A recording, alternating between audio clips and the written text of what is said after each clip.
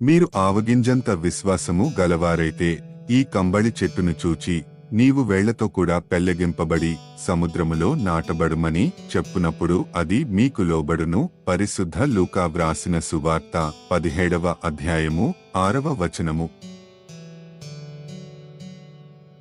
మీరు ఆవగింజంత విశ్వాసము గలవారైతే ఈ కంబళి చెట్టును చూచి నీవు వేళ్లతో కూడా పెళ్లగింపబడి సముద్రములో నాటబడుమని చెప్పునప్పుడు అది మీకు లోబడును. పరిశుద్ధ లూకా వ్రాసిన సువార్త 17వ అధ్యాయము 6వ వచనము.